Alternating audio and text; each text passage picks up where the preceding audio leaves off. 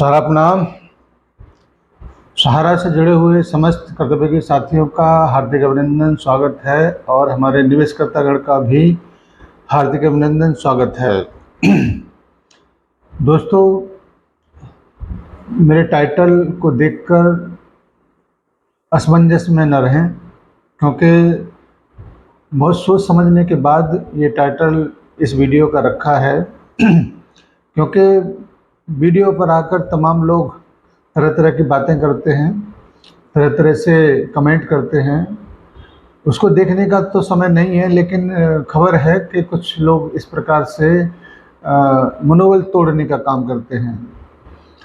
मनोबल एक ऐसी चीज़ जिसको हर तरीके से इस्तेमाल किया जा सकता है। चाहो तो आप हारी हुई बाजी जीत सकते हो और चाहो तो आप जीती हुई बाजी को हार सकते हो।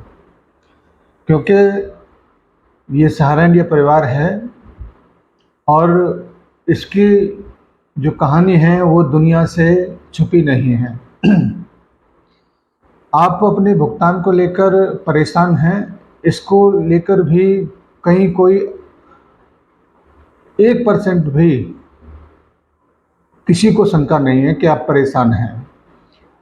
हमारे कार्यकर्ता कितने ज़्यादा तबाह हैं इसको शायद बहुत कम लोग जानते हैं, लेकिन जितने भी कार्यकर्ता हैं वो इसको भली भांति बेहतर तरीके से जानते हैं।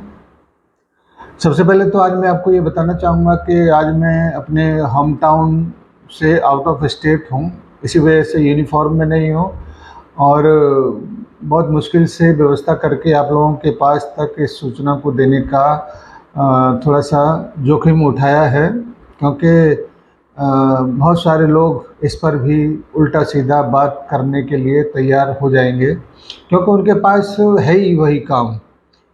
हम हौसला रखकर हौसला देने का काम करते हैं, वो हौसला तोड़कर लोगों को निराश करने का काम करते हैं। यही फ़र्क है हमारे अंदर और उन लोगों के अंदर जो खुद कुछ नहीं करते लेकिन दूसरे के किए गए कार्यों पर उंगली जरूर उठाते हैं। दोस्तों, 3 बजे के आखिर भुगतान क्यों नहीं होगा और 3 बजे कि भुगतान 1000% होना ही है, ये बातचीत आज हम आपके बीच में रखना चाहेंगे। सबसे पहले तो आप के सोचने से कि 3 बजे ये हो सकती है कि भुगतान नहीं होगा, क्योंकि सहारा प्रबंधन सामने नहीं आ रहा है। सरकार के माध्यम से जो वादे किए गए उससे वो अभी खरे नहीं उतरे। और तीसरा, सुप्रीम कोर्ट सहारा को लेकर हिलावाली करने का काम लगातार करता चला आ रहा है। इन्हीं 3 वजहों की वजह से आपको ये लगता है कि भुगतान नहीं होगा, लेकिन मैं आपको यहाँ पर थोड़ा सा प्रूफ करना चाहूँगा कि भुगतान 1000% होगा ही होगा।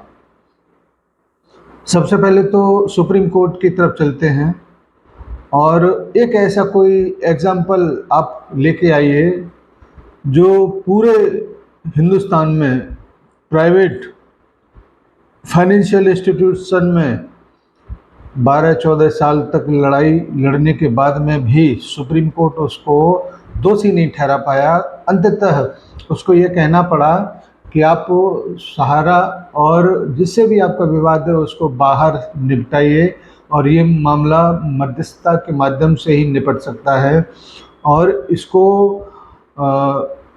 जनवरी के महीने में एक अंतिम पड़ाव पर लेकर उसको मामले को क्लोजअप और डिस्पोज मामला कह के टैग किया गया है, लेकिन उसका जो प्रतिफल है या जो फैसला है वो अभी तक नहीं आया।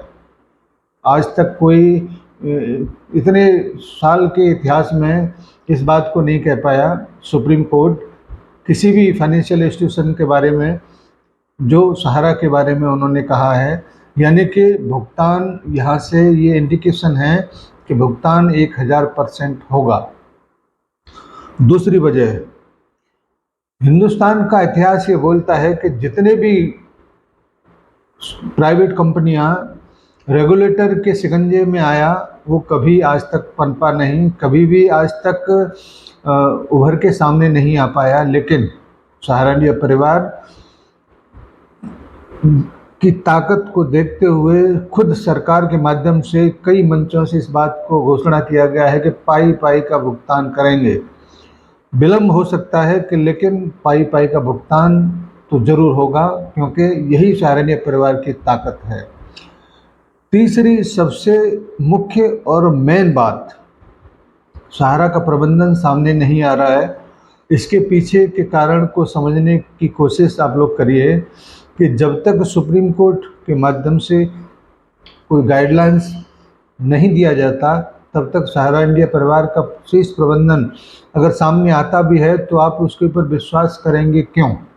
क्योंकि भुगतान तो हुआ नहीं, लेकिन उसके बावजूद वो सामने आ गया।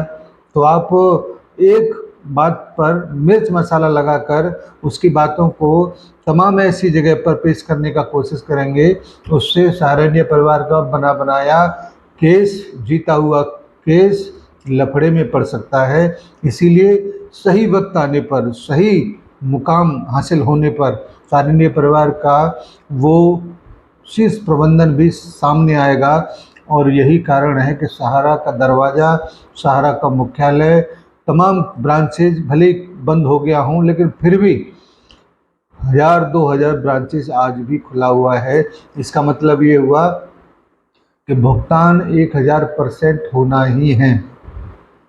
इसको आप कुछ भी समझ सकते हो, आत्मविश्वास समझ सकते हो, चाहे सहारा का भक्त समझ सकते हो, चाहे आप कुछ भी समझ सकते हैं, लेकिन आंकलन ये कहता है कि जितना भी समय गुजर रहा है, किसी भी दिन सुप्रीम कोर्ट के खुलने के बाद, छुट्टियों के अवकाश के बाद सहारा के लिए बहुत बड़ा दिन आने वाला है और आपके लिए भी बहुत बड़ा दिन आने वाला है। क्योंकि जब कोई हलचल नहीं होता है तो तमाम शंकाएं उत्पन्न जरूर होती हैं, लेकिन जब हलचल शुरू होता है तो फिर वो शंकाएं खत्म हो जाती हैं। आपकी शंका आना लाजमी है, लेकिन कुछ मौके की नज़ाकत को समझिए। इसी वजह से आपसे मेरा हमेशा से आग्रह रहता है कि हम और आप एक ही नाव में सवार हैं। हम थोड़े से मानसिक रूप से मजबूत होने की वजह से अपने कमज़ोर मानसिकता वाले लोगों को हौसला देने के लिए सबके सामने आते हैं और हौसला बढ़ाने का काम करते हैं। अन्यथा हम में और आप में कोई अंतर नहीं है। आप हम सभी साथियों का हौसला जरूर बढ़ाइए और इस बात को गांठ बांधकर जरूर रखिए कि भुगतान सहारा का जरूर होगा, होना ही है, कोई ताकत रोक नहीं सकती। मुझे उम्मीद है कि आपको थोड़ा सा तो कम से कम इस बात का भान हुआ होगा कि हम लोग क्यों मैदान में डटे हैं।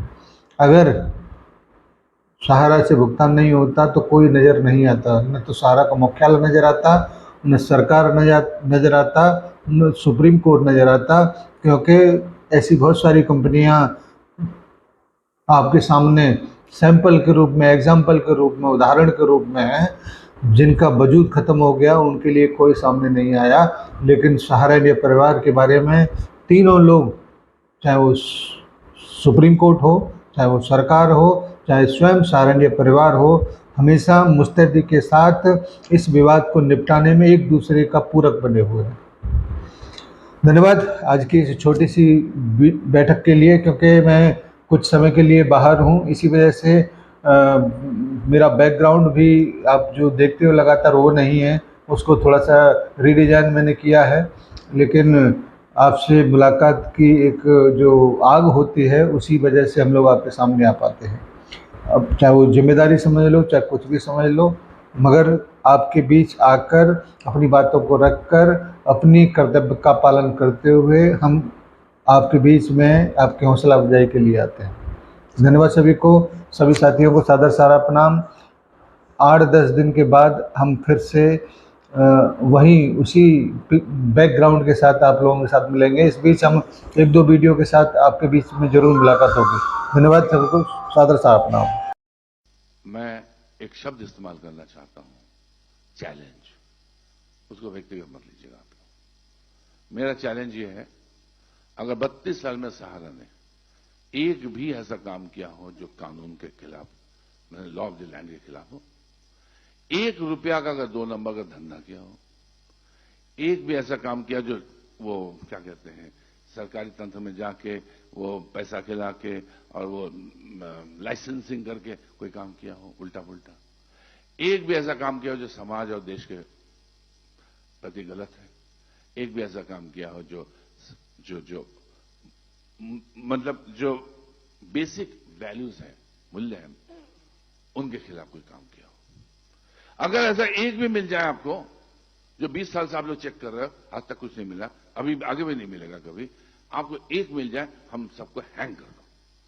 और मैंने फिर माफी मांगते उनसे कहा, अगर नहीं करोगे तो हम नागरिक की हैसियत से मांग कर रहा हूं, जो लोग बदतमीजियां कर रहे हैं, जिनको कर्तव्य का कोई बोध नहीं है, बड़े बड़े ओहदे पर बैठ के अपने को खुदा समझ बैठे सरकारी तंत्र में, तो फिर आपका यह कर्तव्य बनेगा, उनको हैंग करो।